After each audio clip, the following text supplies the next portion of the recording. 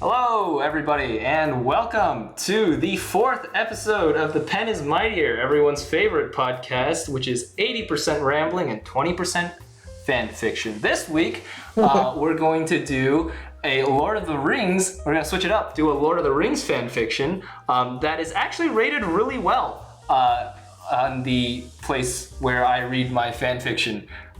So we'll switch it up in two ways this time, which is pretty exciting, and I'm pretty excited. I kind of have been looking forward to a good fan fiction, and this one was well rated.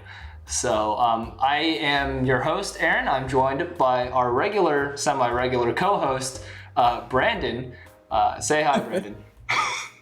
Hello. I didn't expect semi-regular to be used, but I guess that works. We really only have done 4 episodes though, or 3 so far. So this is kind of, just a semi-regular means you missed one. Right. Yeah, I'm sad that I missed the last one because I heard that one was really bad. Oh, yeah. Not as bad as My Immortal. But... No, actually, I really loved the last one. I hated it in the beginning, and I'm pretty sure the last episode was really rambly and a lot of just me giving religious opinion and theology opinion, which was probably not the greatest thing to put on YouTube. But it was like the Christian version of Harry Potter, the Christian fan fiction, so of course I had to comment on it. But it turned out to be a wonderful work of satire on the whole fanfic thing, Gotcha. which honestly I wasn't expecting, and it was really great. So I'm hoping for great results this episode as well. Yeah. Well, I will say, and I'll just put out this disclaimer that I've never seen, I've never watched Lord of the Rings. I've heard of it, but I've never really gotten into it. I don't know, that and The Hobbit, I just, was never my thing.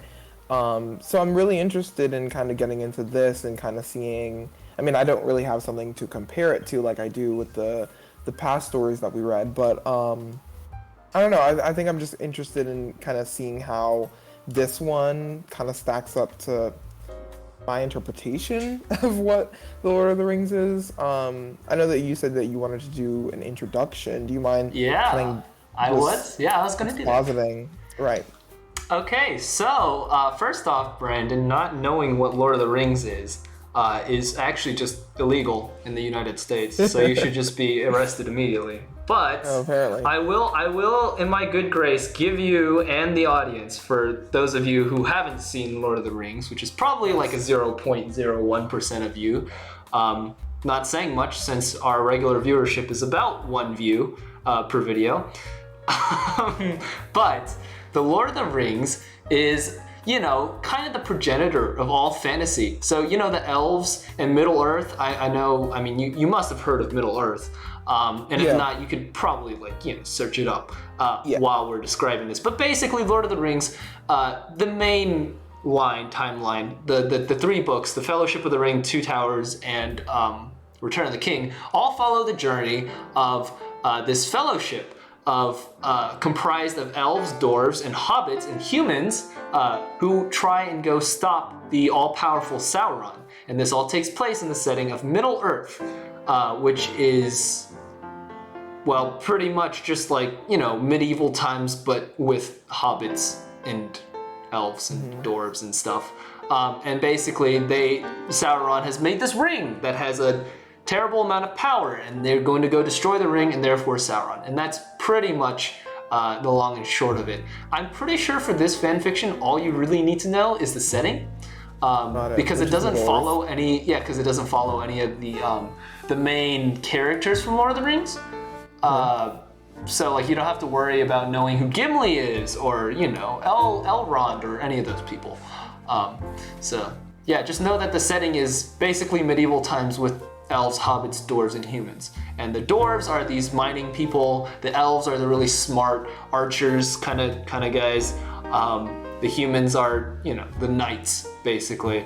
And the hobbits are the very diminutive and very, backgroundy kind of people, but actually, ironically, play the largest role in the series. Is that too long? I don't know. Have I been? No, I think that's I don't know. Lord of the Rings is a very long thing, and summarizing it is not quite so easy. Yeah. But that's the long and short of it. So, well, I get the gist. As long as, I just need to know the setting, as you said, then I think it should be pretty seamless for me to kind of just get into this. Yeah, I mean, it is easier because there's no, as I said, there's no previous knowledge of characters required. So, yeah. I guess, do you want to introduce, like, the actual fan fiction title? Like, the title and the author and stuff? Sure, that works for me. So, the fanfiction is called Burn Like Cold Iron, and it follows B, a shy, eccentric violinist who is stolen from her modern home and finds herself lost in a world of magic and war unlike anything she's ever imagined. As her loyalties are torn and her bravery is tested, she's forced to ask herself, just how far is she willing to go to get back home? It's a very creative take on a 10th Walker / Girl Falls into Middle Earth fic, and it's a bit of a slow burn between Boromir and the OC, so it's one of those fan fictions. See, I know immediately you're reading it off the actual description because I'm looking at it. Because there's no way you would know who Boromir is if you haven't seen. Yeah. Right. Yeah, it definitely does seem like one of those type of fan fictions that people kind of take themselves or like a fictional idea of themselves and place it into a story. So also, Brandon, do you want to talk about the new changes in like time length and how we're going to run this podcast? Sure. So we've realized that this is going way too long. 3 hours. I believe our last episode was about almost 3 hours, or like 2 hours and something minutes. So going forward, we're going to kind of maintain a hour and a half length. Just because 3 hours is no too one's long. One's gonna sit down and watch that for that long.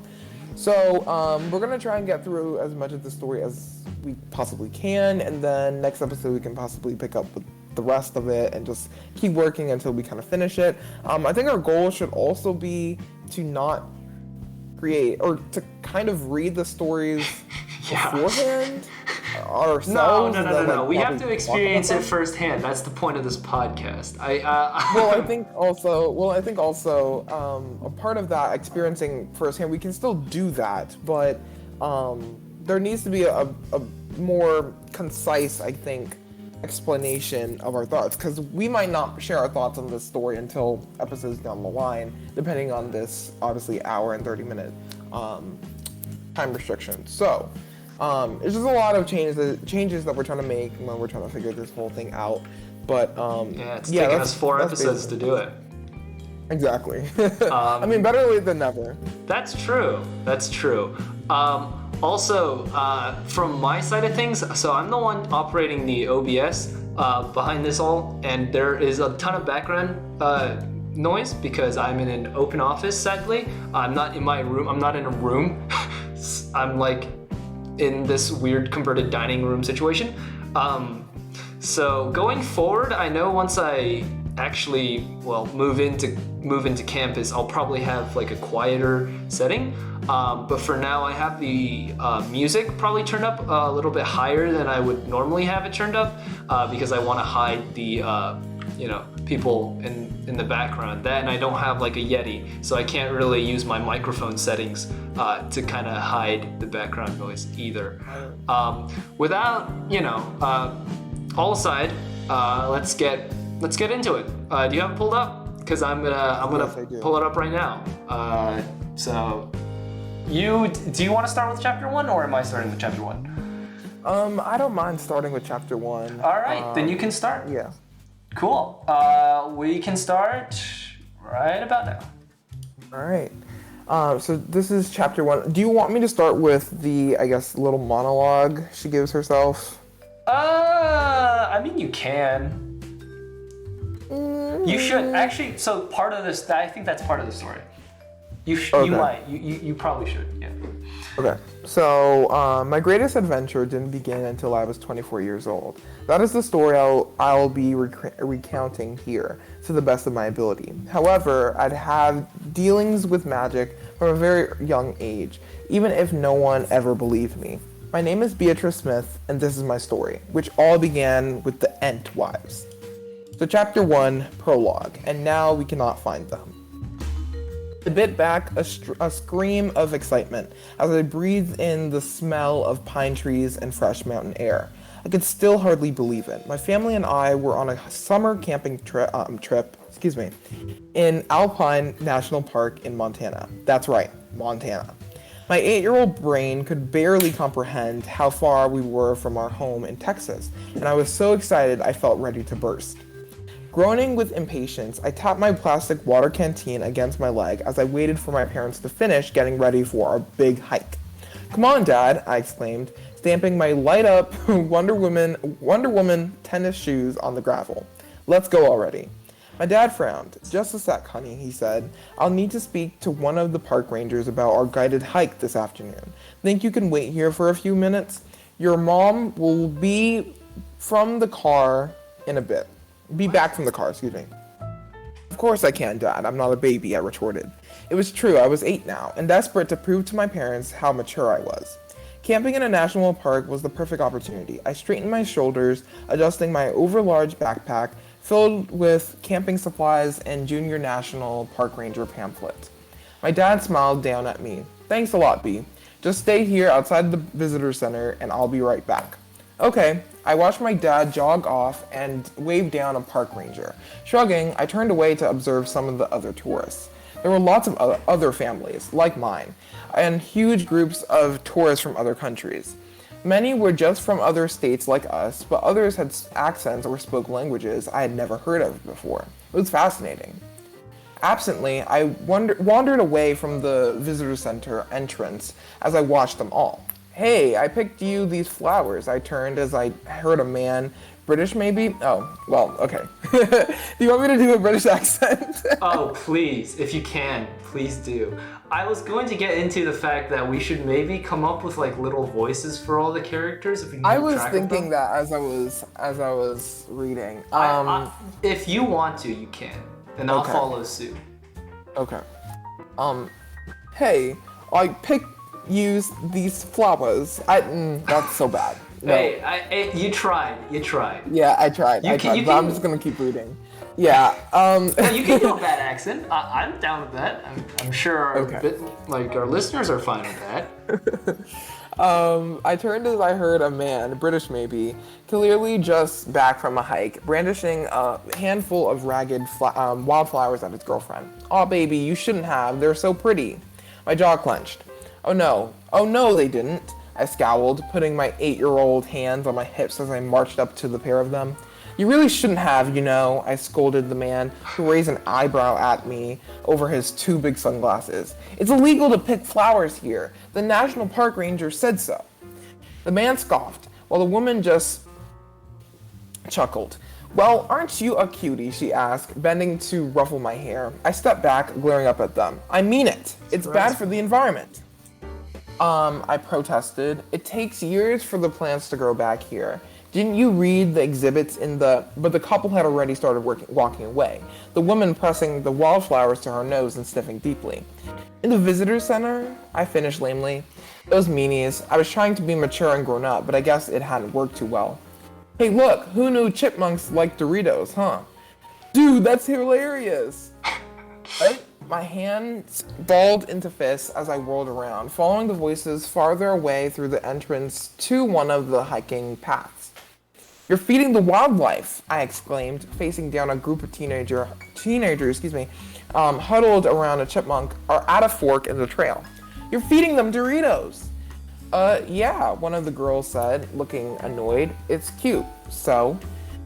I marched up to them, folding my arms angrily. "If you keep doing that, they'll die in the winter because they won't be able to find food for themselves." "Ugh, look, just calm down, kid," a boy snapped, clutching the bag of Doritos to his chest protectively. "Why don't you go back and find your mommy and daddy?" I glared at him, tears welling in my eyes as I tried to find the words to properly express the depths of his crime. The chipmunk, however, seemed to have gotten impatient with his feeders. I leapt onto the boy's chest, grabbing for the Doritos bag. "Ah, ew, get it off of me!" the boy screamed, dropping the bag and jumping back. He and his friends panicked as they tried to shoo the chipmunk away, some of them using words I knew my parents wouldn't approve of as they pushed and yelled at each other. In the resulting scuffle, I saw the chipmunk dart away from them, scrabbling and stumbling on the gravel pathway before disappearing into the trees. "You hurt him!" I shrieked at the teenagers before dashing off the path in pursuit. I had to find the chipmunk and make sure it was okay. I just had to. I thought as I pushed past tree branches and stumbled over roots and shrubs, scanning the grounds for any sign or for signs of the poor thing. I gulped nervously as I ran. I was breaking the rules now, just like those horrible teenagers and that annoying couple near the visitor center. Tourists weren't supposed to leave the path. They could crush the native plant life, create litter, run into wolves or grizzly bears. My pace slowed as I thought about that. I paused, suddenly wondering how far I'd run. I looked around. I was lost. Thoughts of the chipmunk flew from my mind as I spun around, looking desperately for signs of civilization. "Hello?" I yelled.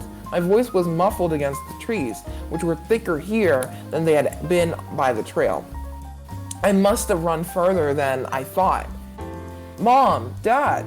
The sound of snapping twigs and rustling leaves made me jump, but there was no one around me. I couldn't even remember which way I'd been running. Picking a direction at random, I set off, tears stinging in my eyes as I thought about hungry wolves and bears and what would happen when my parents found out I'd left the visitor center. I'd never be a junior parks ranger now.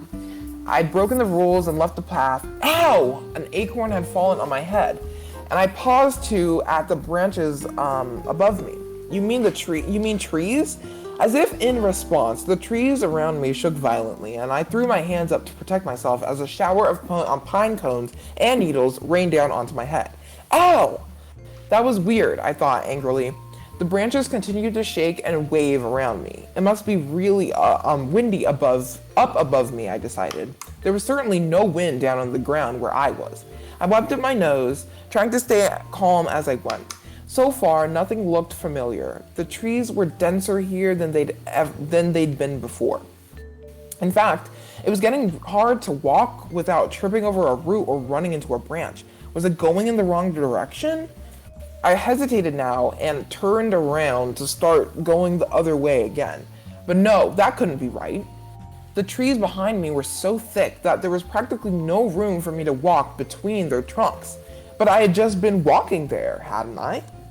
"What's going on?" I said tearfully, jumping again at the sound of snapping twigs, louder this time. A low, earthy sort of groaning rose up around me. It seemed to be coming from everywhere at once, and I crouched low to the ground, huddling over my red backpack. "Hello?" The trees were moving, I realized. I could see it now. The trunks were inching towards me, their branches bending low over me and blocking out the sunlight, and the groaning sound was getting louder. I burst into tears. "Stop it!" I cried, burying my face in my arms. "You're scaring me!" The groaning paused for a long moment, then changed somehow. It was more of a creaking and a crackling. And was it a voice? "Hello?" I said again. This time I recognized words in the strange groaning sounds. "You were looking for her," it said slowly. Fearfully, I opened my eyes and looked up to see one of the trees. Was it a tree? It looked so strange now. Right in front of me, one of its long branches extending down near my face. I flinched until I looked closer. Balancing on the branch's trees was the chipmunk I'd been following. "You were looking for her," the voice said. The words were unbearably low. Plodding, creaking. It took a long moment to realize it was the tree that had spoken. "You're a talking tree?" I whispered. I was stunned. "I'm no tree, just as you're no chipmunk." Boo-ra-room. Okay. No, or I think it's entish. Okay. Which you wouldn't know that because No. yeah. But the tree croaked. And I looked up and saw a face in the trunk. the strangest face I had ever seen. It looked like an ogre from one of my fairy tale books, maybe, or something a caveman might have carved onto a stone. The branch reaching down towards me, I realized, was more like an arm. A second arm was clutched around the creature's body, and the tree stump was divided in two, like a pair of scraggly legs. The tree's branches were thick with yellow apples, which ringed its face almost like a mane of wild hair. What are you then? I said hoarsely. I don't believe in trolls, you know. Trolls! The creature repeated, straightening suddenly, and one of the trees behind me creaked violently as a shower of acorns hailed down onto my head. With a sudden movement, the chipmunk scurried up the creature's arm and out of sight. Brum. There are no trolls here. Only men, no elves, no dwarves. I know that, I interrupted defensively. They don't exist. No wizards and no ents, the thing continued as if I hadn't spoken, bending down until its strange head was only feet from mine. I'm an Entwife. What's an Entwife? The Entwife shook her scraggly head. I saw the chipmunk scurrying about between the branches around her face. And the Earthborn, old as mountains. That is how the list went. Have you not learned such a list yourself? No. Burarum. It is a list of for all the living creatures of the world, eldest of all the elf children. Dwarf the Delver, dark are his houses, Ent the Earthborn, old as mountains, man the mortal, master of horses. Ah, but here, man is master of much more than that. I stared at the Entwife. But elves and dwarves don't exist. Don't try to trick me, I'm not a baby, I know they're made up. The Entwife seemed to glare down at me. You are very hasty. And you are quite right. In fact, here there are only men, and beasts, and me, Entwife. Are you all Entwifes? I asked, looking around at the wild trees surrounding me. The creatures straightened up sadly. I'm the last Entwife, she said, ever so slowly. I have awoken many of these trees as much as I am able. Alas, Burarum, there is no magic to be found in this strange world. I know that too. I interrupted again. Magic isn't real. My eyes darted back and forth conspiratorially. I even know Santa Claus isn't real. Where I am from, young human, magic is in everything. And even there, the Ent's power wanes, she said. And here, I grow weary, day by day. I've become too tree-ish.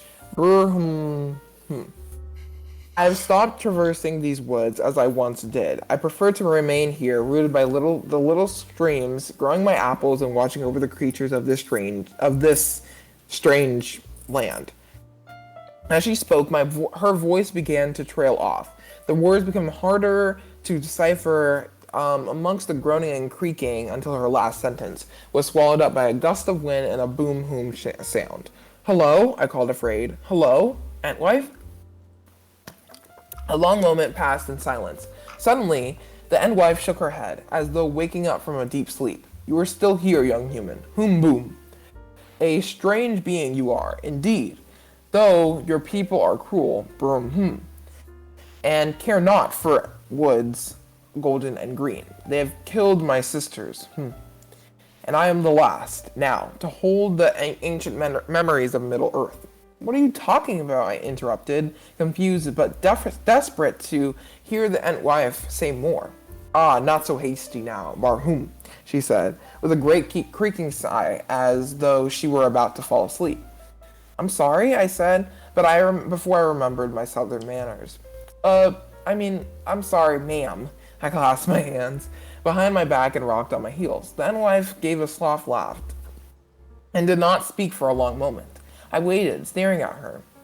When winter comes and singing ends, when darkness falls at last, I blinked, suddenly realizing that the Entwife was singing, as soft as rustling leaves.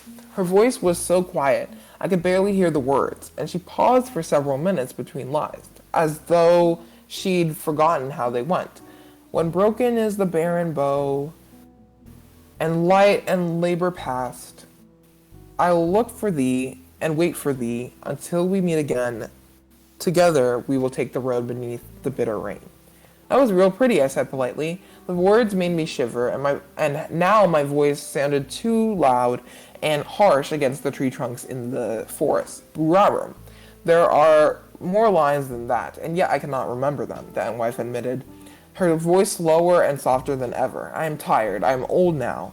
Older than elves and wizards, rivers and mountains. I confess, I have forgotten them all. Even the face of my dear Fangorn, never to meet again. Yes, I am ready to sleep, and I doubt I shall wake. The creature's head bowed low. Her mossy eyes creaked shut.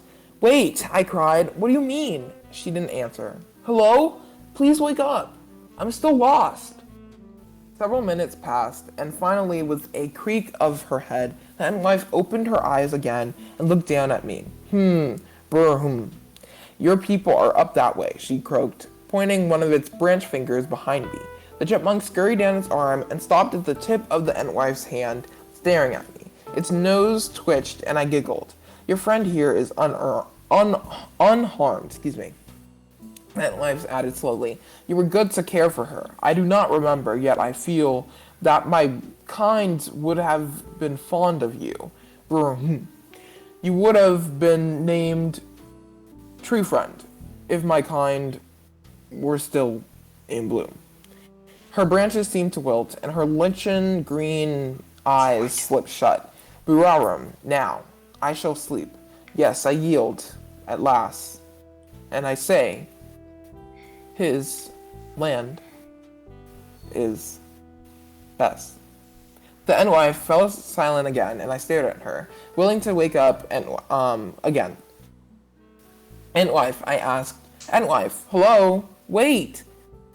5 long minutes passed in silence, and I didn't move a muscle. Finally, creakily, the Entwife's eyes opened one last time. What's your name? I asked desperately. The Entwife gave a weary laugh, or maybe it was just the wind rustling in her leaves. So hasty, little one, she whispered. Her voice sounded far away. But I fear I do not now remember. Her eyes slipped shut, and I knew somehow that they would not open again. Entwife! Entwife! I cried. The only reply I received was a gusty sort of sigh, the wind rippling through her branches. Already she looked less like a troll and more like an ordinary tree. Her legs looked more like an ordinary trunk. Her face was blending into the rough bark, and it was hard to imagine that the apples in her branches had even resembled a head of hair. Suddenly, realizing how cold I was, I turned back the way the creature had pointed. Thank you, Entwife, I said. She didn't answer. I hurried away, my eyes full of tears. I wept as I walked, my hands balled into fists against my eyes, although I couldn't put into words what was wrong. I followed the path that the Entwife had pointed out to me, and before long I was back on the trail where the teenagers had been feeding the wildlife. Thankfully, they were nowhere to be seen by now. I ran back to the entrance of the visitor center, my canteen swinging wildly on my backpack strap, and suddenly I was enveloped in a hug. Bee, there you are! Thank goodness, we were so worried. My mom looked frantic. Where were you? Oh, we found her, dear, she called over her shoulder, and I saw my dad talking to one of the park rangers worriedly. She's here. Oh, thank goodness. Another hug. I'm sorry, I managed to say before the lecturing began. What were you thinking? And we were only gone for a minute. What if something had happened? You know better than to... I couldn't let them continue. I had too many questions. What are Entwives? I demanded. My parents looked stunned. What? Entwives! I exclaimed. I saw one. In the forest. She helped me find my way back. My dad pressed a hand against his forehead. Not now, Bee. I mean it. I saw one and she was so sad and sleepy and she had apples in her hair. Bee, my mom snapped. That is enough. We had a hike planned for this afternoon and now I'm not sure if that's the best idea. I gaped in horror, sobering up at once. No, I'll be good, I promise. I'm sorry I ran off, really. I'll be good. Let's go on the hike, please. My parents finally conceded, and the rest of the day passed as normally as ever. Despite my best searching, I didn't see a single tree behaving unusually. Everything seemed perfectly ordinary. The majestic beauty of the national park seemed dull, somehow dimmer than before. And I couldn't help but burst into tears at dinner, even though I knew the Entwife's wasn't dead. Not really. But she wasn't an Entwife anymore. That much I knew. Even though I didn't think I understood what an Entwife was in the first place. Even back at home, everything was normal. No one I talked to had ever seen or heard of talking trees, and I never saw another one. Maybe the Entwife had been right. She was the only one left. That thought always made me sad. My parents were quick to dismiss this encounter as an 8-year-old invention. And reluctant though I was to admit, over the years I finally came to agree with them. By the time I was an adult, I had accepted that my meeting with the lost Entwife was nothing more than a fated daydream. After all, even the creature from my daydream had agreed. Magic wasn't real here, and neither was Santa Claus, or elves, or dwarves, or wizards, or even Entwives. So, that's the end of the prologue. What do you think, Brandon? Well, let me just say, my mouth is dry, so I'm going to be did you bring taking a quick water sip. with you? I did, but You should have brought was two working bottles. through a half. Yeah, honestly,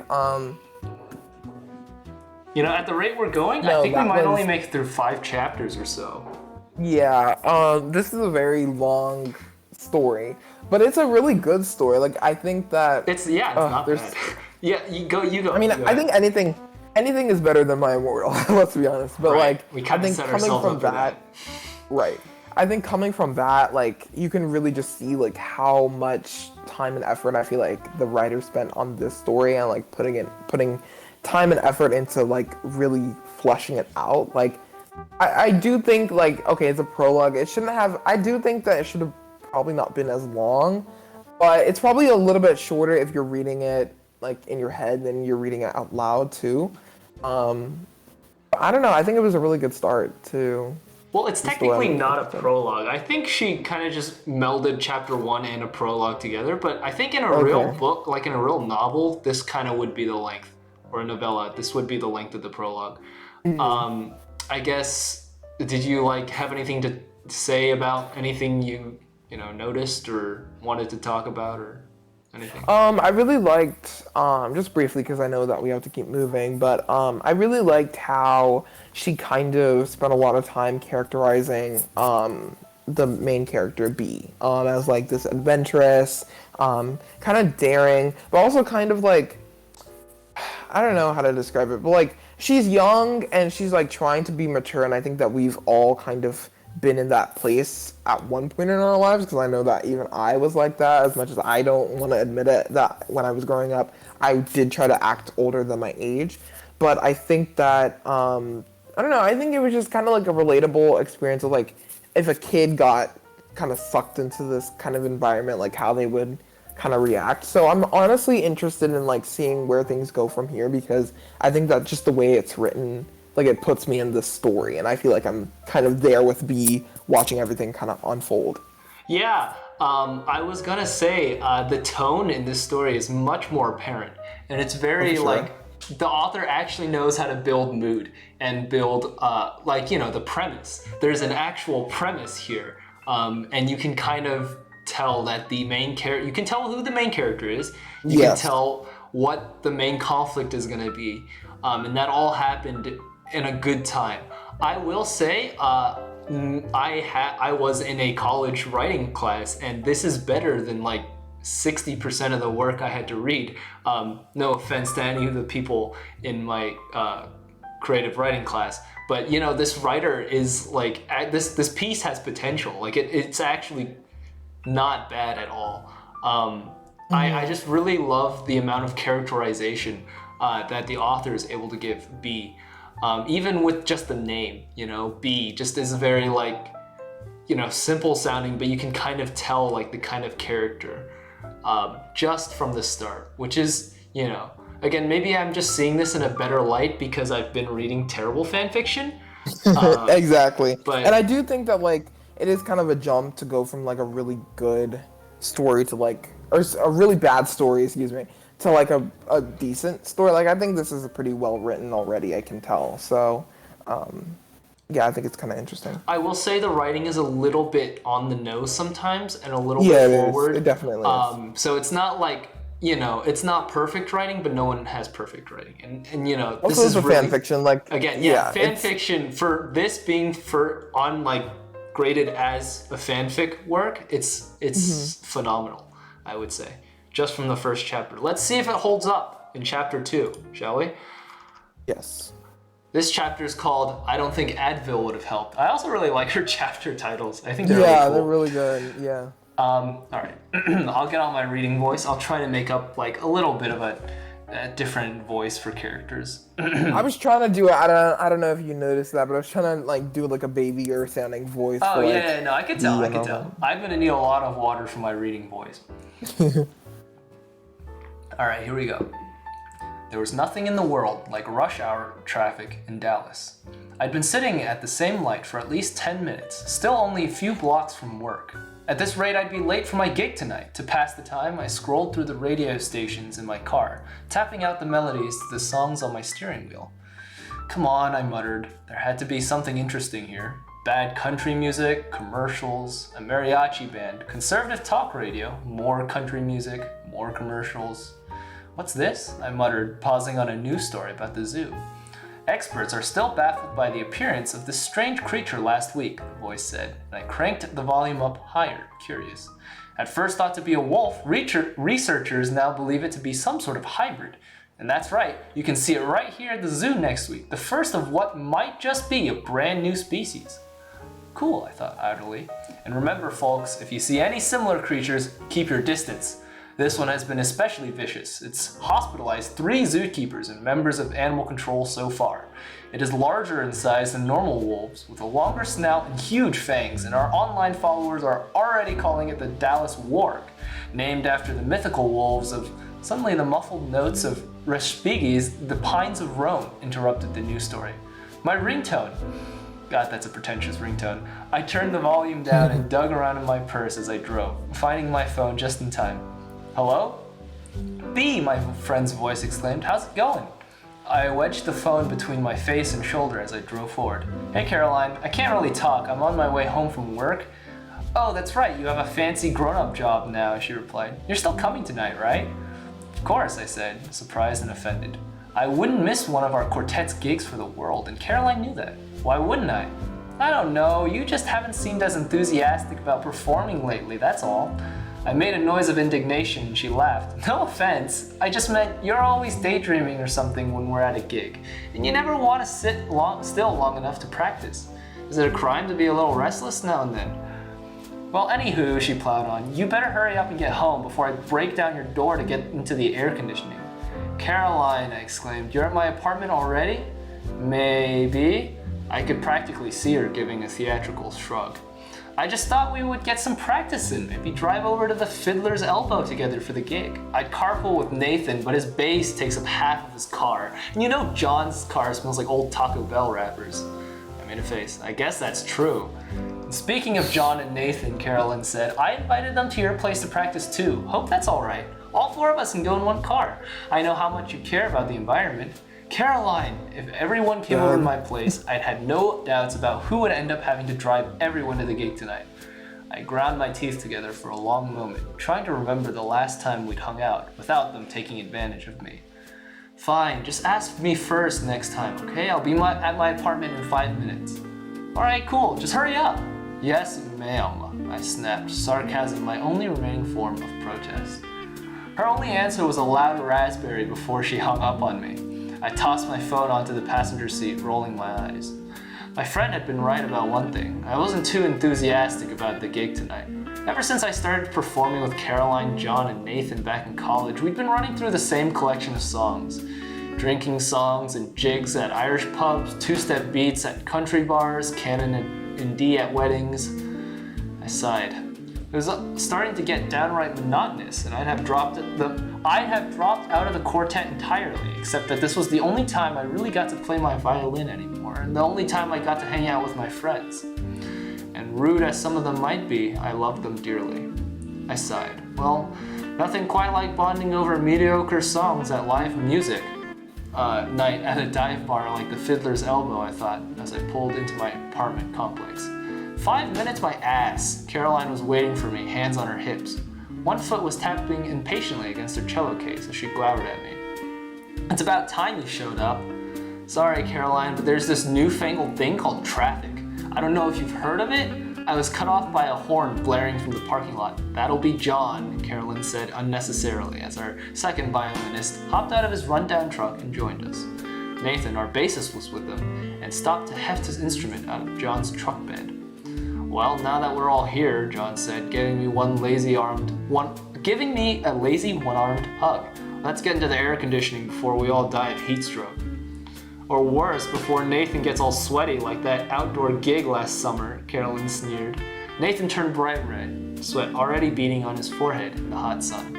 I gave a half-hearted laugh as I unlocked my door, still annoyed with all of them for inviting themselves over. Still, nothing was going to stop me from being a gracious hostess. Damn Southern manners. Welcome in, guys. Sorry about the mess, I prefaced as we walked inside. My apartment was never exactly clean, even on its best days. The carpet was stained from the past exploits of its previous owner. The less I thought about that, the better.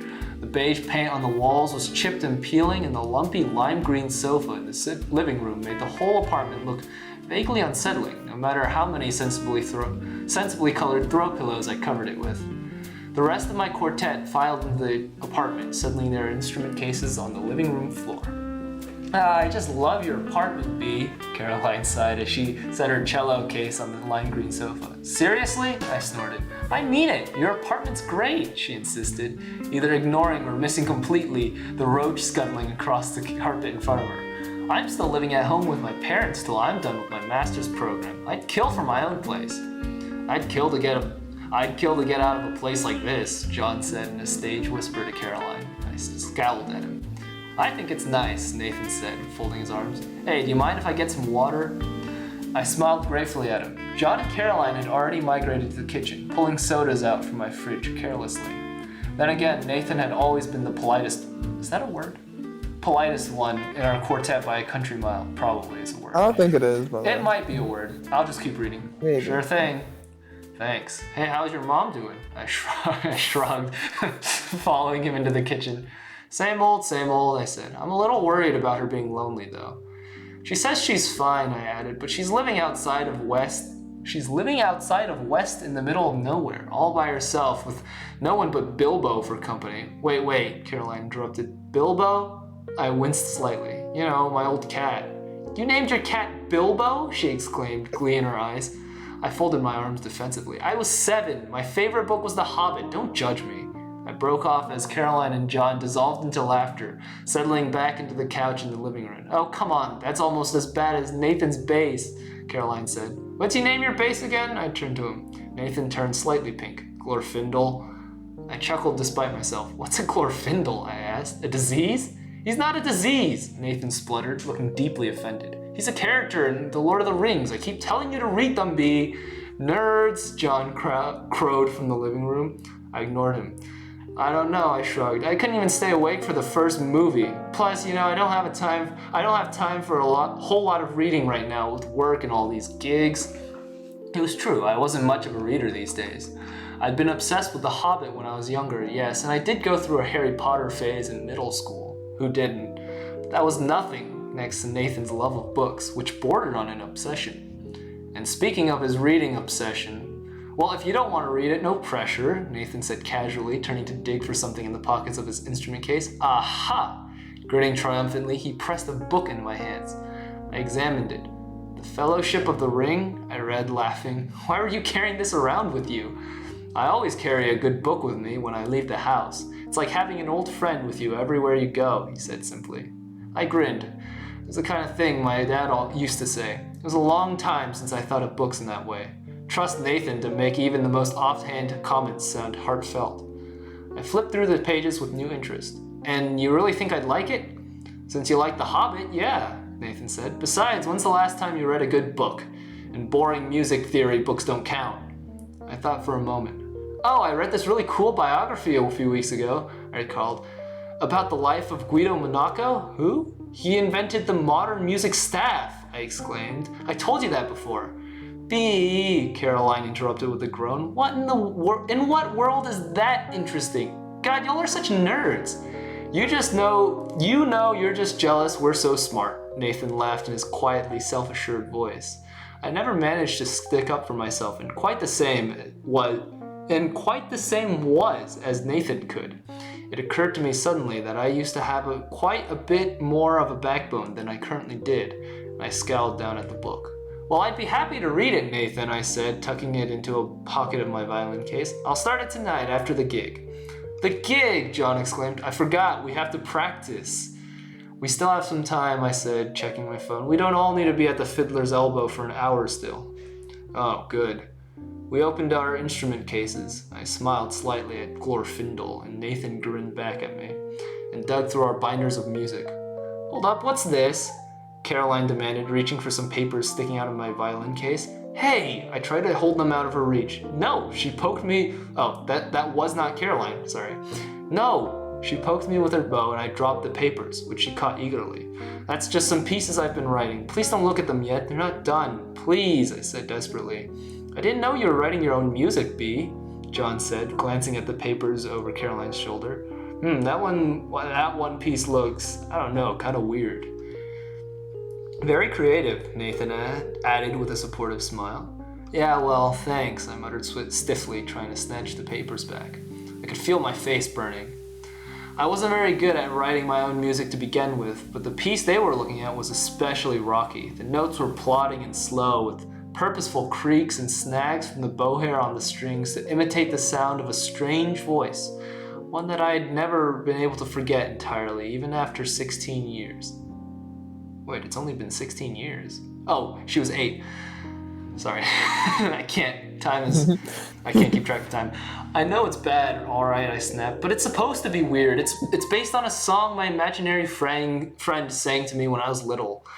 At least I had the foresight to not write the title, Entwife's Song, on the paper. Caroline and John would have never let me hear the end of it. Really? Caroline said. That's pretty cool. Uh-huh, thank you, I replied testily, grabbing the papers at last and stuffing them back into my violin case. I'm bad at reading. Now, let's just practice for the gig tonight, okay? Alright then, geez. Most of the pieces for our gig were quite simple. It was our standard Irish jig set. We ran through them without much trouble. I let my mind wander as we played, my bow moving rather listlessly. My eyes slipped shut. Somehow, between the notes, I imagined I could hear a voice echoing. I shook my head to clear it, but the voice was still there. What was that? I asked, pausing in my notes. What? John said, looking annoyed at having been stopped in the middle of St. Anne's reel. Sorry, nothing, I muttered. Thought I heard something. Sorry. We continued playing. I shuddered, feeling unreasonably cold. The voice was still there, as loud as ever, though no one else seemed to notice anything amiss. It was a deep voice and unsettling, and I couldn't think where it could be coming from. In fact, it was chanting something. Suddenly my head started pounding and I winced, faltering a bit on the coda of Morrison's jig. The voice in my head was getting louder. My violin slipped slightly under my jaw. My hand trembled on my bow. What is that voice? And why does it hurt so much? Finally, I couldn't bear it anymore. My bow slipped out of my hand and I doubled over. B, what's wrong? Nathan asked, looking panicky. B? It's nothing, just a headache, I think. My vision flared red, then white. I gasped in pain, but that weird chanting voice had stopped, as though it had never happened. Had I imagined it? Seriously, I'm fine. I just need a minute. There was a wild ringing in my ears. Everything felt vaguely fuzzy all of a sudden. With shaking hands, I set my violin down on the lime green sofa. Guys, why don't you head out to the bar? Y'all can start setting up without me. I'm gonna get some food, I think, before I go. I'm feeling pretty faint. Well, if you're sure, Caroline said, just take some Advil before you go, all right? She added. You don't look so good. Thanks, I muttered, rubbing at my temples. My head felt like it was being crushed under an anvil. The three of them began to pack up their instruments, all looking rather concerned. You sure you're okay, B? Nathan asked me as they made their way to the door. Caroline's right, you should take some Advil. Drink some water or something. Okay, I muttered, opening the door for them to leave. Wow, what the hell? I paused, wondering if my eyes were playing tricks on me. Instead of the usual bright, oppressive sunshine, the parking lot was full of heavy, dense fog. A dark blanket of it covered the cars and trees, and it felt cold. Unseasonably cold. Wow, really tricked me there. She was saying unreasonably a lot. I shivered, my head pounding worse than ever. Be careful driving through all that. What do you mean? John and Caroline said together. I raised an eyebrow. Wasn't it obvious? All that fog, duh, it's a driving hazard. It's weird, there wasn't a cloud in the sky earlier. Fog? Nathan repeated, his eyes shooting up to his hairline. What fog? I faltered. What? I don't know what you're... B, are you alright? There's no fog outside, it's perfectly sunny. What are you... I stammered, looking out the door. The fog was still there, solid and cold. It was as real as my apartment door, as the sidewalk, as my friends staring at me in growing panic. Of course there's fog, I demanded more loudly, as though repeating myself would make it true. It's gotten all dark and cold out. What, you mean you can't see it? A cold feeling settled in the pit of my stomach that had nothing to do with the chilling fog. What was going on? I could feel my blood pulsing painfully behind my eyes. Did this have something to do with my headache? B. Nathan's voice was higher pitched than normal. Maybe you should just skip the gig tonight? What? I exclaimed. No, I'm alright. I blinked hard. I shook my head violently. Nothing changed. B? Even John looked freaked out. It's nothing, I'm fine. Really, I'm fine, I stammered, hoping none of them saw how scared I suddenly felt. I'm just tired. You know, I haven't been sleeping well lately. Well, okay, but I don't know, B. Only if you're sure. Yeah, honest, I'm fine, I gritted out. I was clenching my teeth so violently from my headache that I thought they might break. I needed a moment to myself, I thought, just to catch my breath, maybe to take an Advil. I couldn't think with everyone standing around me like this. Alright, just call us if you need anything, okay? Still looking bewildered, the three of them walked out to the parking lot. They hadn't walked 10 feet before the mist swallowed them up entirely. I closed my door quickly, unnerved. Excuse me. I leaned heavily against the door, the metal doorknob cool against my trembling arm. My eyes squeezed shut and I breathed deeply, but if anything, that made the headache worse. And when I dared to open my eyes, I gasped. My apartment was full of fog too. I stepped forward hesitantly, reaching my hand out into the mist. I could barely see my lime green sofa in front of me. What's going on? I asked. The fog distorted my voice to a muffled squeak. Hello? Ow! I tripped over my empty violin case, which was still lying open on the carpet. I clutched at it desperately, the way a drowning man might clutch at a life preserver. Breathe. Just breathe. I squeezed my eyes shut again, willing the fog away. Everything would be alright. I was fine. I was okay. But I wasn't okay. Something was happening to me. Something was wrong. The fog was getting thicker. Surely my skull would split open from this headache. I made a feeble attempt to stand up, but suddenly my limbs wouldn't obey my commands. I couldn't move, I realized with building horror. I couldn't move. A wrenching pain ripped through my gut as though I was being speared and dragged along by a fishhook. I screamed, but no sound came out. I couldn't even hear the sound of my own heartbeat anymore. For a long moment, I was suspended in absolute silence. I was adrift in a sea of white fog, unable to move, unable to speak. Seconds passed, maybe minutes. Hours could have fallen by as my panic grew in the silent, motionless void. Suddenly, the mist began to clear. It was over. I felt my body come back to life. I could move again. Bit by bit, the fog dissipated and my surroundings came into view. I bit back a scream. My apartment was gone. Do you like my reading voice, Brandon? Yeah, it was really good. That was just a lot. How about you start off with giving your thoughts first, Cool. and then I can kind of give mine. So I like the direction this is going. Already they're doing the whole modern day and these books still exist. Which makes me think that, like, maybe they're, in the future, it'd be kind of cool if there was, like, she meets, like, Bilbo or, like, Frodo or something, like the people that actually wrote it. Or she meets, you know, J.R.R. Tolkien or something, finds out he's been trapped in, I don't know, something, because the first thing when they said, like, you have to read Lord of the Rings, I was like, wait, so it's a fiction book in this universe, and yet it's real. So, I mean, I kind of hope she meets, like, you know, one of the original characters. I really like the, like, she uses a lot of, I don't know why I keep saying she, it could be a he, but the author keeps using I shouldn't have said that. The author, I'm not gonna misgender anyone. The author might have, like, she builds tension very well. She uses a lot of adverbs, which, you know, does not fly very well in, like, literature, I don't think. Like, there's a lot of, like, artsy stuff that goes around in literature, and I think I can say that with certainty because I've read quite a bit of it. Right. So, like, you know, it's been a while since I've read genre, and, you know, again, for fanfic, this is amazing. I mean, seriously, I've never read a fanfic that actually made me think about things. As offensive as that might sound, it's true. I mean, this is one of the first that made me actually feel like I was in this situation. You know, I was like immobilized and everything was being dissolved by fog. She did a good job. Again, I said she. The author did a good job. I apologize.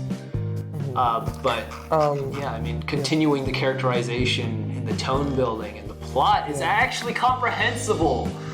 It's amazing. Anyway, yeah, your thoughts?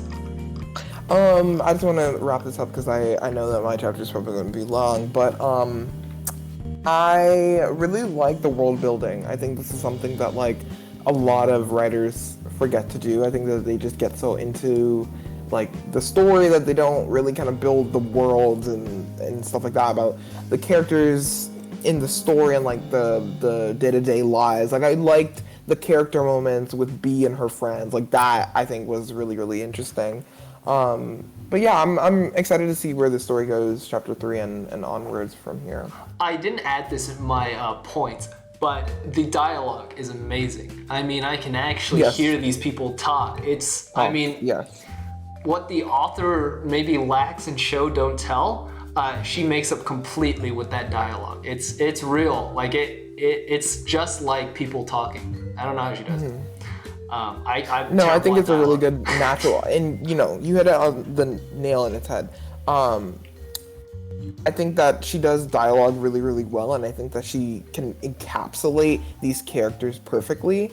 Like, when you were reading, I think it also was helped by your reading voice as well, but I think that it just was so easy to kind of comprehend, like, who this person is. Like, I know who this person is without knowing who they are, you know what I mean?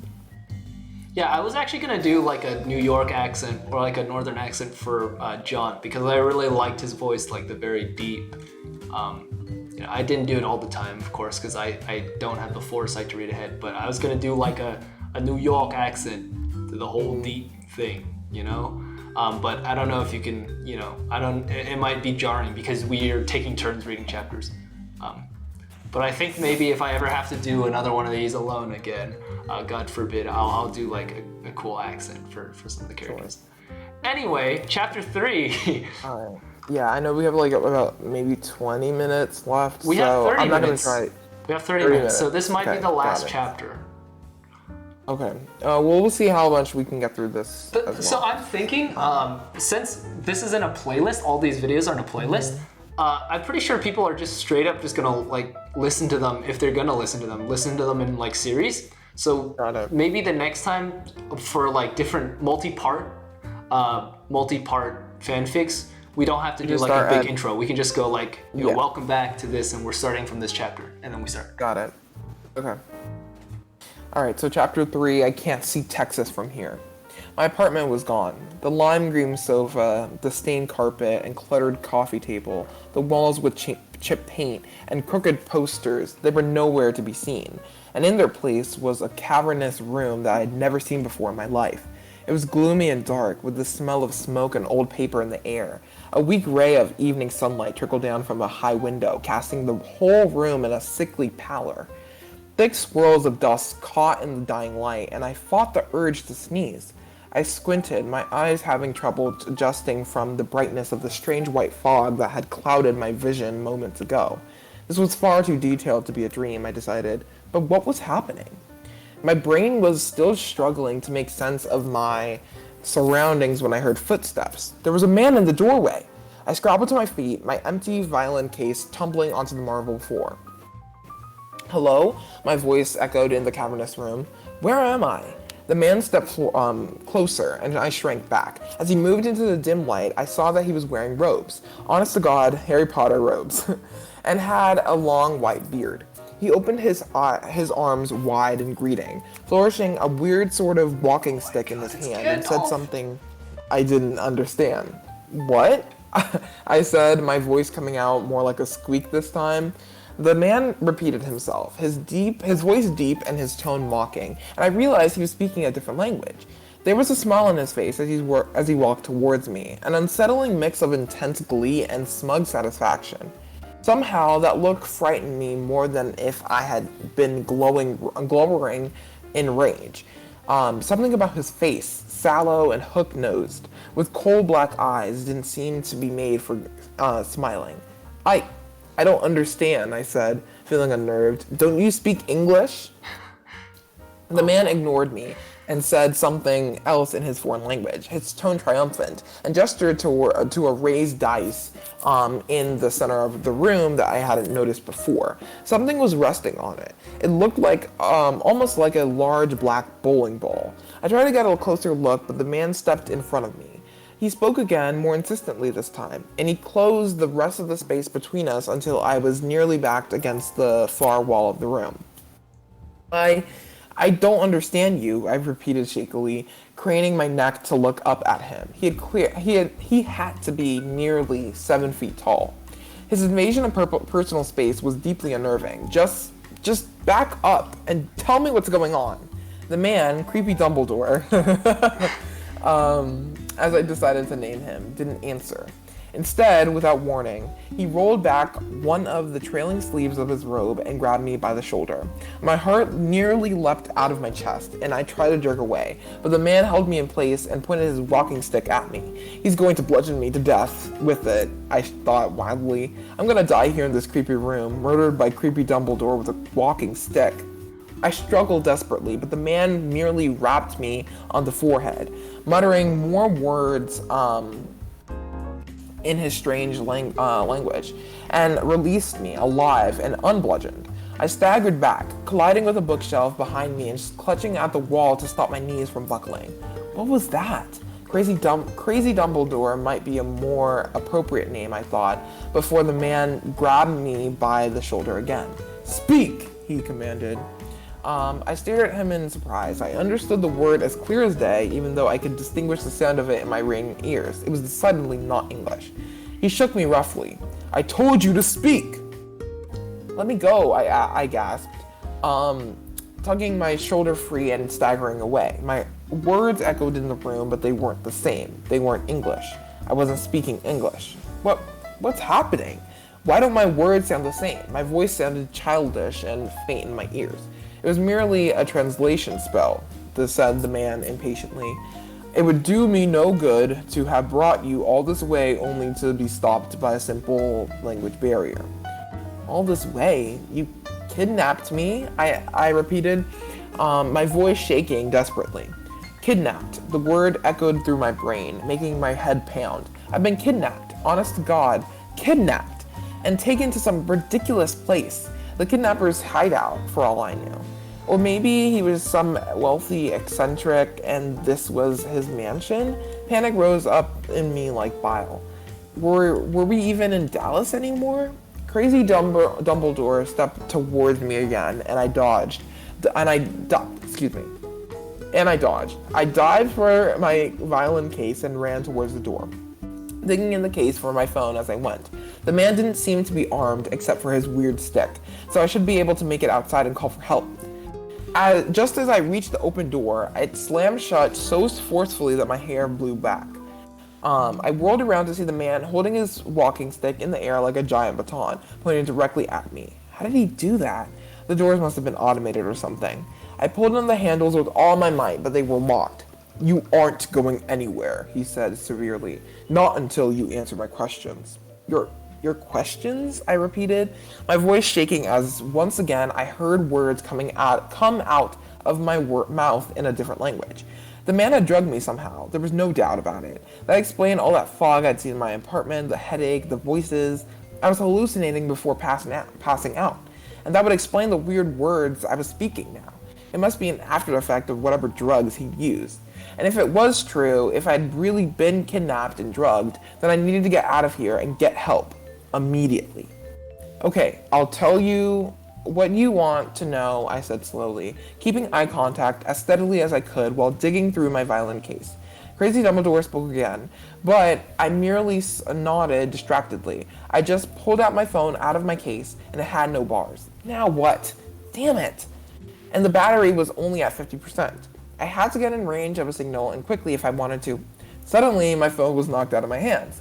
Hey, I exclaimed, flinching as it landed with a crack on the marble floor. The crazy old man was suddenly towering over me, his black eyes bulging in his bloodless face. Fury was twisting his features inhumanly.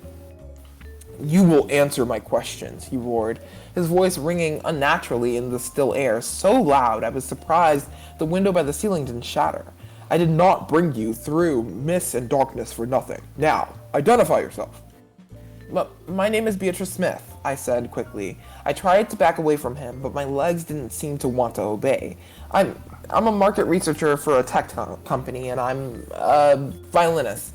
With each word, the man seemed to swell with impatience, but I didn't know what else he wanted me to say. I'm from Dallas, but I was born in the West. I'm 24 years old. I majored in business with a minor in violin performance. What else? He snapped. What else? I repeated, unable to stop myself. What, do you want to know my social security number too? Crazy Dumbledore silenced me with a dark look. What is this company you worked for? He demanded. Were you responsible for the creation and manufacture of weaponry, electric methods of long-distance communication, or horseless transportation, perhaps? I stared at him for a moment, speechless. No.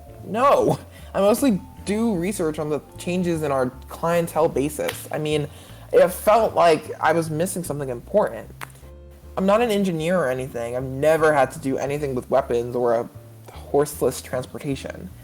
Is that so? The man sighed deeply, rubbing his temples. He turned away. I don't know anything about weapons or mechanics, I insisted. Please, can't you just let me go home? Crazy Dumbledore ignored me. I have one more question for you, girl. He narrowed his eyes, studying my face closely. What can you tell me of the Lord of the Rings? So meta. What is this? What? I was sure I'd misheard him. The Lord of the Rings. If I'm not mistaken, it is a famous tale in your homeland. His words hung in the air for a long moment as I stared at him. Are you joking? I said finally. Is this some kind of prank? The old man stood silently, as if waiting for me to finish. I saw a vein twitch in his jaw, but I didn't care. I had had enough. My hands were shaking with fury. You realize this is ridiculous, right? I demanded, my voice rising hysterically. You kidnapped me to ask me weird questions about engineering, and then you want me to explain to you a fantasy story? The man raised his hand for silence, and my voice broke off. I tried to speak again, but found that I couldn't make my mouth move properly. You will find, girl, that I do nothing without reason. Do not question my motives again. Furthermore, you will speak to me with respect, Beatrice Smith, if you wish to keep your life. I froze, my anger shifting to terror in a split second. Was he serious? Would he really kill me? I took a step back from him, my violin case still wedged under my arm. Stay calm, I told myself. Breathe. He's definitely serious. Just look at him. He certainly looks murderous enough. So don't do anything rash. He won't hurt you if you just answer stupid little questions, take a deep breath, stay calm, keep on talking, and above all, don't freak out. I took a deep, calming breath and abruptly freaked out. Please, just let me go, I begged, bursting into uncontrollable sobs, clutching my violin case to my chest. I was at my wit's end. I don't know anything about weapons or the Lord of the Rings or whatever. I just want to go home, please. The scene I was causing must have been pathetic. I didn't care much at the moment, honestly. I could feel my nose running and my eyes puffing up as I gasped for breath between my shuddering sobs. I'm supposed to be playing a gig at the Fiddler's Elbow right now, and my friends are gonna be wondering where I am. I swear I won't call the police or anything if you just let me go. Without warning, the man swung his walking stick through the air and struck me across the face. Stars exploded in front of my eyes. I clutched my face numbly, hardly daring to get up from where I'd fallen hard on the marble floor. No one had ever hit me like that in my life, and I sat in shock for a moment, not fully registering the pain. Gingerly, I prodded at my nose. It was bloody and hot and felt broken. Horrified, I looked up at my attacker. "Answer me now!" The man's eyes were demonic. His voice shook the very walls of the room, and I felt the blood freeze in my veins, the tears in my eyes drying instantly. "Tell me what you know." I don't know anything about the Lord of the Rings," I said hurriedly, my voice coming out rough and congested. I snuffled and coughed and wiped at the blood dripping down my face. "I never read the books, and I only saw a bit of the first movie," I added hastily, hoping that would be enough. "What do you mean by movie?" I flinched as he folded his arms across his chest. "A movie," I repeated as clearly as I could, between more sniffles and coughs, excuse me. He stared at me blankly as though he never heard of them. "You know, like a story on a television?" Television," he repeated slowly. "Yes, I believe I've seen the glimpses of such creations. Glass screens on thin boxes projecting light and color into moving shapes. A movie, then, is a kind of theatrical production displayed on such a device?" I stared at him. I guess. "It seems to be no matter, book or movie, the story is in essence the same. Tell me then, do you know the outcome of the story?" "The outcome?" "Yes," he said impatiently. "Does the Dark Lord Sauron emerge victorious from his war? And what is the role of the great wizard Saruman the White?" He drew himself up, his pointed chin jutting out. "Saruman?" I repeated, thinking hard. The name Saruman was vaguely familiar. I knew he was one of the bad guys, at least. I'd been awake for that part of the movie. A wizard dressed in all white, with a white staff in his hand. Oh my god. I stared up at my kidnapper, finally understanding. This guy thought he was Saruman. A new sense of unease filled me, and I flinched at the waiting look and on his skull-like face. I stammered. "Well, Sauron loses in the end. I didn't need to see all the movies to know that. Nathan would never love a story so much if it didn't have a happy ending." The man barked out a laugh, humorless and cold. "Speak truthfully, child. You cannot be in earnest." I frowned. Of course I'm in earnest," I snapped, mimicking his ridiculous formal tone. "What story actually has the villain win in the end?" "Ah," he frowned. "So yours is a biased account, I can presume, riddled with falsehoods and ridiculous notions of the perseverance of men and elves. Am I correct?" I don't know, I guess." Well, how then does the supposed victory of men come about?" His voice was dripping with sarcasm now. "What circumstances could possibly bring about the Dark Lord's end?" I don't know," I exclaimed. I was out of my depth here. Nathan was the Lord of the Rings geek, not me. "Why are you asking me this? I mean, why don't you just read the books and find out yourself? Or, I don't know, can't you just watch the movies? Hell, just Google it." My voice was small, more desperate than angry, but it didn't stop me from clenching my fists and standing up to look the man in the eye. "What do you even want to know?" Like a snake, the man's hand shot out and grabbed my throat. I felt my as he held me effortlessly. Cut out a little bit there. Can you hear me now? Yeah, you're fine. Okay. Like a snake, the man's hand shot out and grabbed my throat. I felt my feet leave the floor as he held me effortlessly in the air. Black eyes narrowed in cold disgust. "I had thought you would have guessed by now, Beatrice Smith. I had hoped to bring back a person of intellect from your homeland, an inventor, a historian, a warrior, or at least one with knowledge of the text itself. Someone who could help change the course of all Middle-earth. But instead," he snarled, his fingers tightened on my throat, and I gasped for breath. "Instead, I find myself with nothing but a little girl, and not just any girl." He gave a sharp, mocking laugh. "A musician! How truly quaint." "Stop," I gasped. kicking feebly at him, scrabbling at the long-fingered hands choking me. My vision clouded as the man shook me roughly. I felt the blood rushing to my head and my nose throb painfully, bleeding freely again. The man's voice grew more agitated with every word, and I wondered if he was going to kill me right there and then. After all, I wasted studying your world. Excuse me. After all the time I wasted studying your world through what limited glimpses my Palantir offers me. You said that right. Congratulations. I found that my efforts have rewarded me with nothing but this unintelligent, insolent, uneducated slattern. He shook me violently with each word until I felt unconsciousness drifting over me. Fool! Do you not know who I am? Do you still not know where you are? I looked at him Incomprehendingly. Yes, that.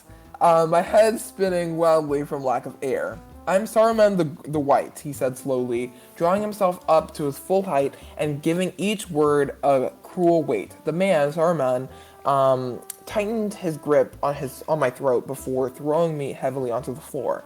And I have brought you to Middle Earth, Beatrice Smith. All right, that's chapter 3, and we have 15 more minutes to spare, which means I can read chapter 4.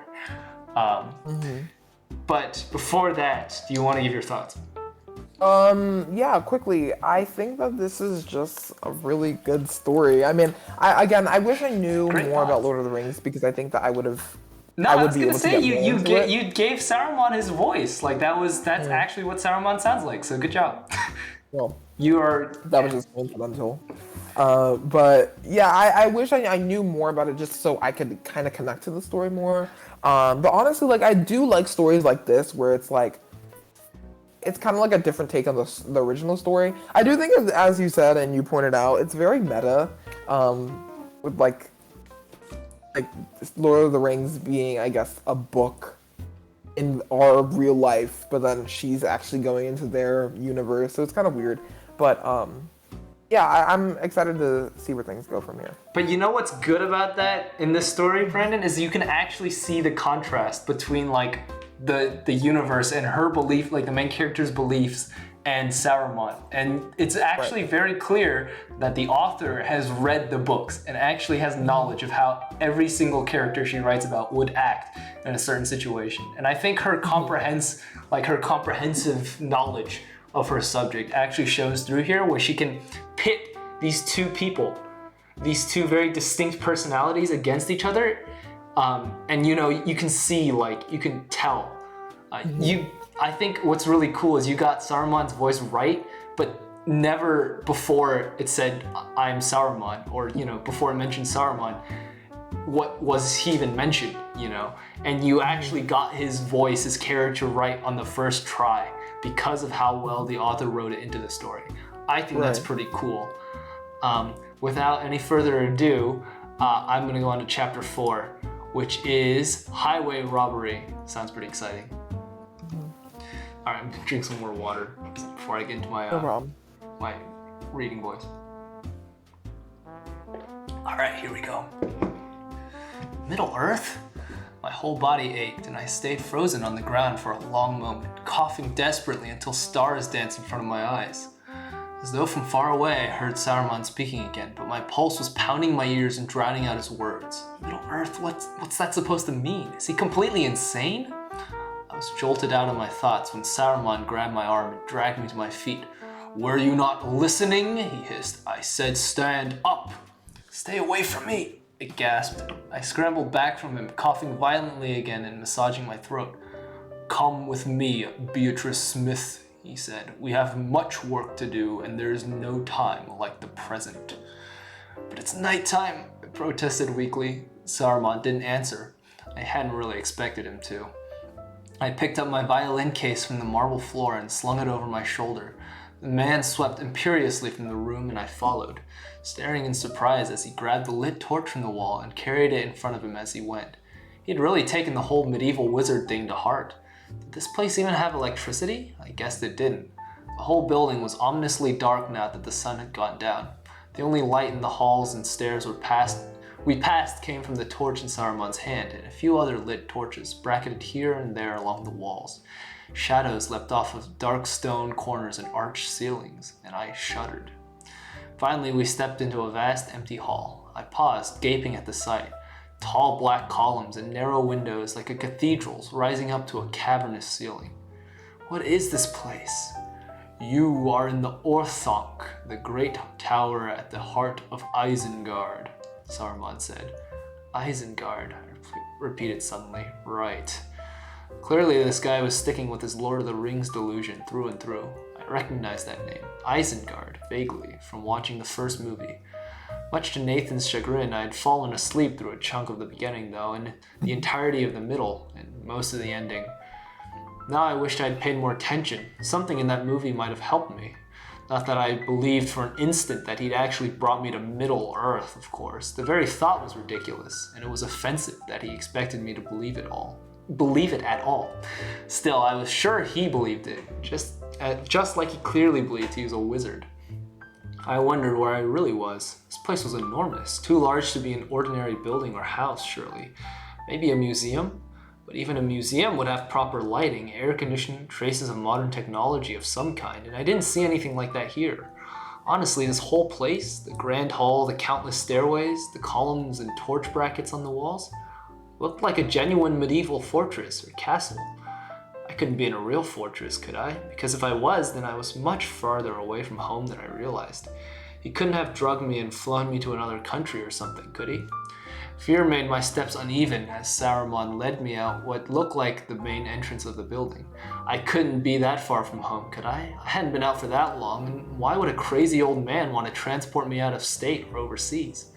No, it must be somewhere in Texas still, I reassured myself. Maybe there was some kind of Amish-type commune outside Dallas, where old-fashioned architecture like this was normal. That might explain his crazy facial hair too, I thought. The cold night air made me gasp as I walked outside. That's another thing that didn't make sense. Hey, I said nervously, hurrying down the stairs at the entrance to catch up with Saruman. Why is it so chilly out? What do you mean? He asked impatiently. Well, I mean it's the dead of summer. It never gets cold in Dallas in the summer, not even at night. The man turned to glare at me, the torch throwing deep shadows over his skeletal face. I have told you already, foolish girl, that you are no longer in your homeland, this Dallas. You are in Isengard. It is often cold at night here, when the winds from the misty mountains blow down from the north. I nodded quickly, not wanting to provoke him further. My fists were shaking in anger. Misty mountains, my ass. Wherever we really were, this place was huge. I couldn't see much in the darkness, but the buildings seemed to rise endlessly above us into the night sky, blotting out the stars until I had to crane my neck to guess its height. It was a skyscraper then. I'd had more luck making out the open grounds surrounding the tower. Lights were scattered here and there, fires lit in what looked like underground pits and workshops, and figures walking around in the distance, torches in their hands. They looked strange somehow, their shapes hulking and inhuman in the darkness, but I couldn't get a good glimpse of their faces. The clanking sounds of metal on metal reached my ears, rising up all around us as we walked. Late night construction work, maybe? We continued down a dirt path that wound in a great arc around the tower until we came to the door of a small building. A surprisingly normal-looking building, too, I thought, with gray stone walls and a low, flat roof. These are my private storerooms, Saruman told me as he beckoned me forward. And you are going to help me identify some of my new possessions. I walked inside, squinting in the dark. Saruman brandished his staff, and suddenly the torches along the walls of the room were lit, fire springing up and crackling steadily as though they'd been burning for hours. I faltered. How had he done that? There must have been some kind of automated mechanism in the torches or something, but if so, why not just use regular electric lights? I was about to ask Saruman about it when I noticed that what was in the room. The strangest assortment of junk I'd ever seen was spread out before me. Where did you get all this? I faltered. My first rather stupid thought was that Saruman had stolen the entire contents of a Radio Shack. Hesitantly, I walked past piles of televisions, iPods, alarm clocks, handheld radios, laptops, and other things I couldn't even identify. Countless strange-looking plugs and the engines and pieces of random machinery. I kicked tangles of power cords and piles of batteries out of my way as I looked through the mess and saw Saruman watching me intently. Where did all these things come from? I demanded again. Something told me this guy hadn't bought this stuff off on Craigslist. Saruman stood by the entrance still, observing my movements severely. These are merely some devices I have collected recently. So you stole them? He scoffed. I know not to whom they belonged before. I saw them in my palantir and summoned them here as much as I did with you. These items may hold the key to the fate of Middle-earth. Oh, was all I managed to say. It was all so ridiculous and he looked so damn serious that I fought the urge to burst into desperate panicky laughter. A bunch of power cords, TVs, and broken wireless routers hold the key to the fate of Middle-earth? Oh boy. Farther on down the storerooms, books were stacked in enormous piles. Everything from textbooks to novels to magazines, and I counted at least 5 different languages in the pile nearest to me. Now he's robbed a library too? I don't see any copies of the Lord of the Rings, I said before I could stop myself. I have been unable to obtain those texts despite my best efforts, the wizard said, frustration clear in his voice. A copy of that tale would be more valuable to me than any other object in my collection. My breath caught in my chest as my thoughts strayed to the book Nathan had lent me, still hidden in my violin case. I clutched the case to my chest, my hands shaking. I couldn't explain it, but I really didn't want this guy to know I had a copy of one of the books he was so desperately looking for. Something told me it was best that he didn't have it. But maybe, I thought, maybe if you give it to him, he'd let you go. Holy shit, I exclaimed, my train of thought derailing completely. On one of the far walls was an enormous collection of weapons. My blood turned cold at the sight. I looked back in horror at Saruman, who merely smiled and gestured me forward. I hated guns at the best of times. The trigger-happy Texas stereotype didn't hold any weight for me. Now here was a whole wall covered in the damn things. I knew nothing about guns, but I was still baffled by the different kinds he had gathered together. Small, sleek handguns, enormous hunting rifles, old-fashioned revolvers, even some that might have been assault rifles. I stepped back uneasily and tripped over what I strongly suspected was a flamethrower. Oh my god, I muttered wildly, trying to force my heartbeat back to a normal pace. Oh my god! I couldn't believe what I was seeing. Near the display of guns, boxes of ammunition were stacked high, along with wooden crates and sleek army green cases. I opened one of them hesitantly and leapt back in shock. They were filled with grenades. Another box contained what could only be pipe bombs, and there was other military equipment I couldn't even begin to name. More explosives, most likely, and what might have been disassembled gears from a military drone. My limbs felt cold and rubbery. I felt a clammy sweat on my forehead. Kidnapping seemed like the least of this man's crimes now. Was he planning some kind of mass murder? Had I been kidnapped by a terrorist? Suddenly, Saruman's hand grabbed my shoulder and spun me around. I nearly jumped out of my skin in shock, scrabbling to put some distance between us. This guy was seriously, dangerously insane. What do you think? He asked me, a cruel smile on his face. The orange light from the torches threw an eerie glow on the weapons surrounding us. I swallowed thickly and tried again, my voice breaking helplessly. I don't know what to say. Come, there is more to see outside. More? He led me outside the storerooms again and around to an open area behind the building, holding a torch aloft. I have stored some of the larger pieces in my collection out here, as you see. What do you make of them? A row of military vehicles stood before me in the dark. I gaped at them for a long moment before Saruman shoved me forward. Hesitantly, I walked towards the nearest one, an enormous tank. I got out my phone and used the flashlight app to get a better look, and I saw a Russian flag stamped above the worn treads. What the? Next to the tank were 2 American Humvees covered in desert camo and splattered with dirt, and beside that rested what I could only guess was a military drone, with a small British flag on one of the narrow 5-foot-long wings. Conscious once again of Saruman's wings following my movements, I continued. Behind the row of tanks were a few ordinary-looking cars, a Volkswagen convertible, a red Prius, a beat-up station wagon, each one with foreign license plates. Next to these stood a helicopter, small and sleek, and from what I could tell, non-military. Well? His voice startled me out of my thoughts. I swallowed with difficulty. Well, what?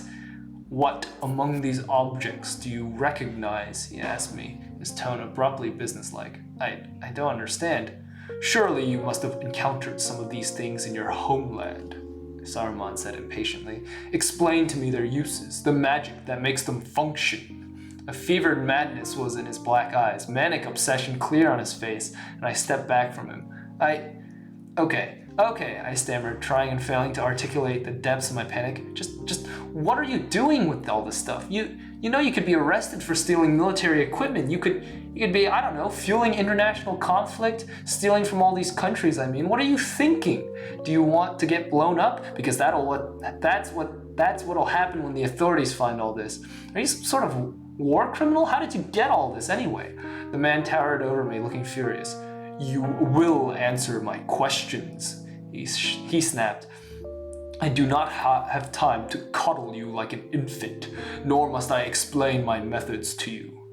Please, I interrupted desperately, feeling my knees buckling. I clutched the hood of one of the Humvees for support as panic threatened to overwhelm me. Please, I don't understand what's going on. I'm not comfortable being around all this stuff when I don't know what you're going to do with it. Saruman breathed sharply through his nose. I have acquired this collection using the same spells with which I brought you here yesterday. It is quite simple, he said, his voice dripping with disdain. Through my palantir, I have witnessed glimpses of your world. Fire and lightning combined to undo stone, metal and wheels and flashes of light and other stranger inventions for which I have no name. Your world surpasses Mordor itself in its raw capacity for destruction. His voice began to shake with a strange intensity, with fervor, with absolute obsession. I stepped back from him slowly, more afraid than I had ever been all night. But he continued to speak, and I felt a fuzzy sort of numbness seep into my mind. I blinked slowly up at him, my eyelids growing heavy. Beatrice Smith, I have learned so much from my glimpses of your people, Saruman said. I have seen with my own eyes the ways in which your kind has refined the art of war. Yet many things still elude me. I cannot create such devices myself, and I cannot determine the function of many of the objects I have collected from your homeland. I was surprised to find myself nodding placidly at his words. How reasonable his anger suddenly seemed, his impatience. Even his talk of magic and waging war no longer frightened me. You see, he continued, I can catch only the briefest of glimpses into your world and strange creations, and I cannot control exactly what I bring back. That is why I have not managed to obtain the text of the Lord of the Rings itself, and it is why you are here rather than a true expert in mechanics and explosive weaponry. But you will be of some use. It is too difficult, too time-consuming to bring another human from your world here now. Such an opportunity as this could change the course of our impending war. And the wizard's voice resonated deep within my mind, and I felt myself nodding in agreement, the fuzzy feeling in my mind growing stronger. Saruman's voice had become pleasant, familiar, trustworthy. He just wanted my help. What was so bad about that? The cold, clammy fear that had consumed me ever since I'd seen Saruman's storerooms began to ebb away. It was a relief, really, the sudden numb acceptance, the absence of confusion or fear, and yet something prickled at the back of my mind. I hesitated. Now, tell me what you know, Saruman commanded. Share your information with me, girl, and I may be able to send you home. Home. In my groggy, placid state, that was all I needed to hear. What do you want to know first? I asked obediently. That's better, the man said, offering one of his menacing smiles. I smiled back stupidly, feeling my jaw go slack. Now, he said, pointing his staff at the row of cars, we will start with these vehicles. And so, the interrogation began. Saruman directed me from one vehicle to another, and I told him everything I knew, without hesitation. Occasionally, he would take out a scroll, quill and ink, and take notes or draw diagrams by the torchlight. I don't want to remember the details of what he asked or what I said. My brain had gone numb and foggy, as though I had one too many beers at the fiddler's elbow. I didn't know a lot, of course. I told him before that I wasn't an engineer or an expert in weapons, and that was the truth. But now I found myself desperately wishing that I knew more. I winced at the impatience building in Saruman's voice every time I failed to answer his questions sufficiently. I wanted to be able to answer his questions properly, to help his plans succeed, whatever they were. The hours ticked by in the darkness until a pale gray light appeared on the horizon. And still, Saruman peppered me with questions. I was tired. I'd been tired for hours, of course, but somehow it no longer seemed important enough to mention. What did it matter, really? My voice was hoarse, mine too. My body ached from where Saruman had attacked me. I didn't even notice until I nearly collapsed while examining the worn-out treads of the giant Russian tank, Saruman making notes on his parchment next to me. He looked down at me carelessly. "Perhaps that is enough for now," the old man said, and I gasped with relief. "You will return to the tower, and we will continue our work in due time." I took a ragged breath and shook my head, my mind clearing suddenly as though a spell had been lifted. "You have given me much to dwell on, Beatrice Smith. The use of these strange materials, such refined metals we might create, but these chemical plastics, synthetic rubber filled with air, of course the use of gasoline. These resources present a much greater problem." Saruman continued to speak, but I wasn't listening. The sun had started to rise. In the weary, trance-like state I'd been before, I hadn't noticed, but now I could see where I was. I stared at the landscape surrounding me, feeling my jaw drop in horror. I wasn't in Dallas. I wasn't in Texas at all. I simply couldn't be. Mountains rose up on the horizon in front of me, jagged, snow-capped, and very real, silhouetted dramatically against the sunrise. A dark, wild-looking forest bordered them, spreading over miles of steep hills in all directions. I looked around me in panic, blinking uncomprehendingly at the view around me. What was going on? I whirled around, my heartbeat roaring in my ears. Then I saw the building, or think, in the pale dawn light. A skyscraper, I thought at first. I was wrong. It was an obelisk, ancient and obsidian black. See, I thought that was a material. Ancient and obsidian black, Yeah. rising impossibly high into the sky. So high that I had to crane my neck to see the very top. Time seemed to stand still as I gazed up at it uncomprehendingly. She used that word a lot. This was all too much to bear. "Where am I?" I shrieked, my voice escaping my throat in a wild, gasping breath. I staggered backward, shaking hands flying to my mouth. I had to be seeing things or losing my mind. I just had to be. But how could this not be real? Guys? Excuse me, sorry. Okay. Where am I? A hand caught me by the shoulder, bringing me abruptly back to Earth. "I do not have time for this nonsense," Saruman snapped. "I have explained to you time and time again exactly where you are. Now control yourself and we will go back to the tower." Numbly, I shook my head, still reeling backward. This wasn't right. There had to be some kind of mistake. How could I be so far from home? My head spun violently, and I felt my legs give out underneath me. My vision went dark, and for the first time in my life, I passed out. Pretty darn good. Pretty darn compelling. Yeah. I'm not gonna lie. I don't know if you liked my Saruman voice. It got a little bit hard at the end because of the fact that my voice is going as well as the main characters. But I hope I did a pretty, genuine reenactment. Again, the dialogue is so good. She very clearly understands Saruman's personality. Very intelligent, but also very, deceitful and grim and threatening as well.